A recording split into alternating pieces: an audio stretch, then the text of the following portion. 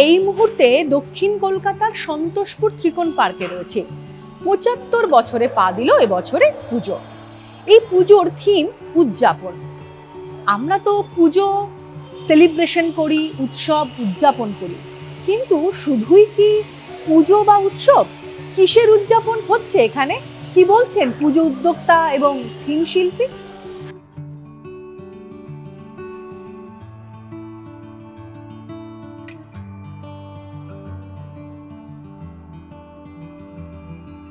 আমাদের থিম হচ্ছে উদযাপন। উদযাপনটা একটু আমি ডেসক্রাইব করে বলছি।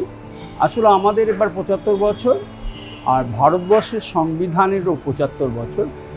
১৯৫০ সালে দেশ স্বাধীন হওয়ার পর ভারতবর্ষের জনগণ কর্তৃক ২৬শে জানুয়ারি ১৯৫০-এ ভারতবর্ষের সংবিধানে গৃহীত হয়েছিল এবং জনগণ কর্তৃক সেটা গ্রহণ করা হয়েছিল। আমরা উদযাপন নিয়ে কাজ করছি। উদযাপন মানে হচ্ছে ৭৫ বছর আমরা উদযাপন করছি, আর ভারতবর্ষের সংবিধানেরও ৭৫ বছর।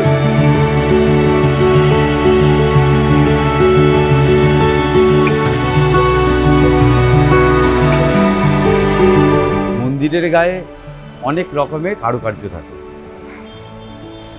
সেখানকার সামাজিক পরিপ্রেক্ষিতে, ওখানকার পলিটিক্যাল হোক, মানুষের জীবনযাত্রা হোক, সব কিছু না ওই মন্দিরের মধ্যেই ওরা করে রাখতো,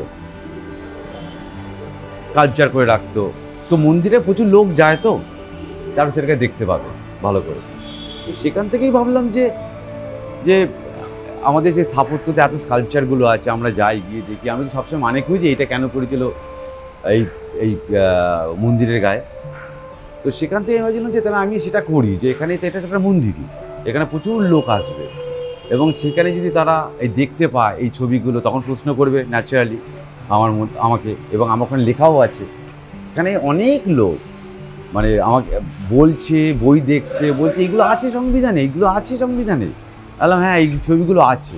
কখনো লোহাতে ট্রান্সফার করেছি, কখনো ইটে কেটে করেছি, কখনো মাটিতে করেছি, কখনো পেন্টিংয়ে করেছি। ওখান থেকে নিয়ে জিনিসটা নন্দলাল বাবুর একটা ড্রয়িং নিয়ে আমি দুর্গা প্রতিমাটাকে করিয়েছি।